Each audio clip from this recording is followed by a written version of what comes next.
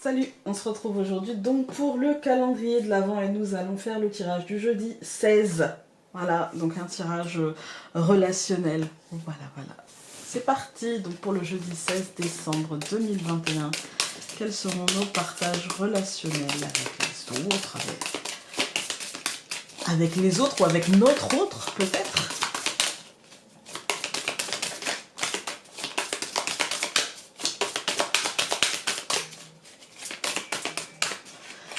Donc pour le jeudi 16, ça fait beaucoup. Jeudi 16 décembre. Ok. Donc nous avons le manipulateur. Désolée.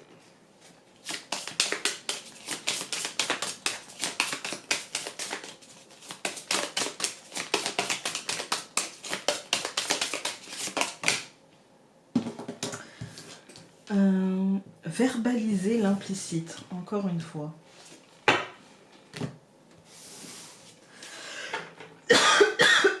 Désolée.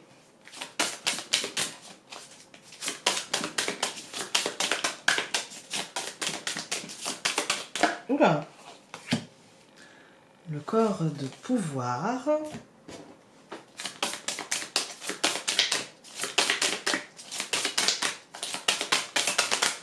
Oula.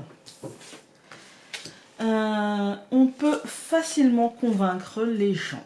Il y a l'idée, encore une fois, de manipulation. On commence par ça, hein, le manipulateur. Hein. J'ai l'idée ici encore une fois, de sous-entendre des choses, je ne sais pas si c'est nous qui allons avoir cette attitude vis-à-vis des autres ou si c'est justement le fait qu'on sera confronté à une personne manipulatrice, mais là, clairement, aujourd'hui, il y a une tentative de manipulation dans les échanges, il y a verbaliser l'implicite, là je le vois plutôt, vous voyez, comme des sous-entendus, comme si on nous pointait l'évidence en fait, hein. Et comme si en fait c'était tellement évident que si on ne le voyait pas, bah finalement on était un peu bébête, quoi. Finalement on était un peu concon, hein. Il y a l'idée un petit peu comme ça de consensus en fait qui ne nous permettrait pas d'avoir un avis extérieur, un avis qui nous appartient, un avis qui est objectif par rapport à ce qu'on pense, à ce qu'on mentalise, etc. J'ai l'impression qu'en fait, aujourd'hui, vous verrez la ficelle, qu'elle est un peu grosse, et que on peut facilement convaincre les gens. Je pense que vous allez voir que finalement, le jeu de la manipulation est toujours le même et que les ressorts sont toujours les mêmes et qu'on utilise toujours les mêmes artifices pour essayer de nous convaincre de quelque chose. Il y a l'idée implicitement, en fait, de montrer certaines choses parce que la personne les voit comme ça. Vous voyez, c'est pas parce que nous on les voit comme ça ou c'est pas parce que effectivement en réalité elles sont comme ça, c'est parce que la personne en face de nous les voit comme ça et du coup, ouais, il y a cette idée d'une lecture très personnelle des choses. Vous voyez, qui est pas forcément juste, mais avec les bons ressorts, on peut facilement convaincre les gens.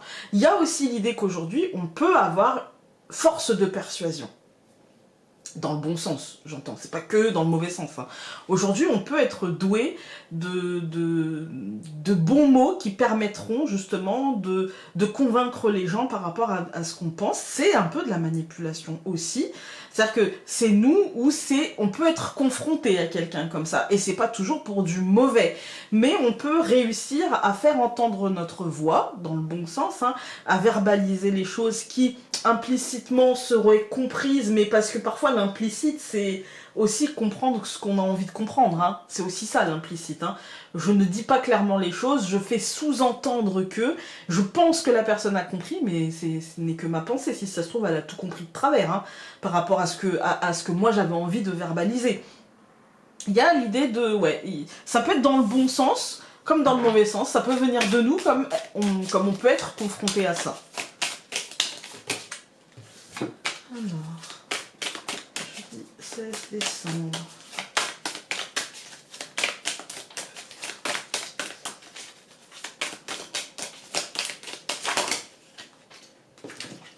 On en a deux, on va les prendre. Hein.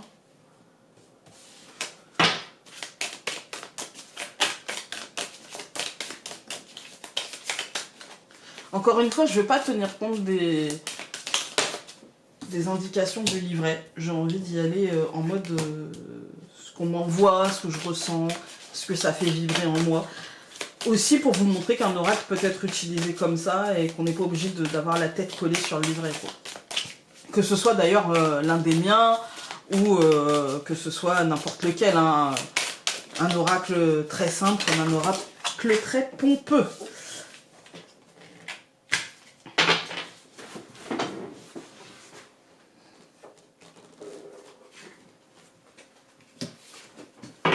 C'était sauvé, celle-là.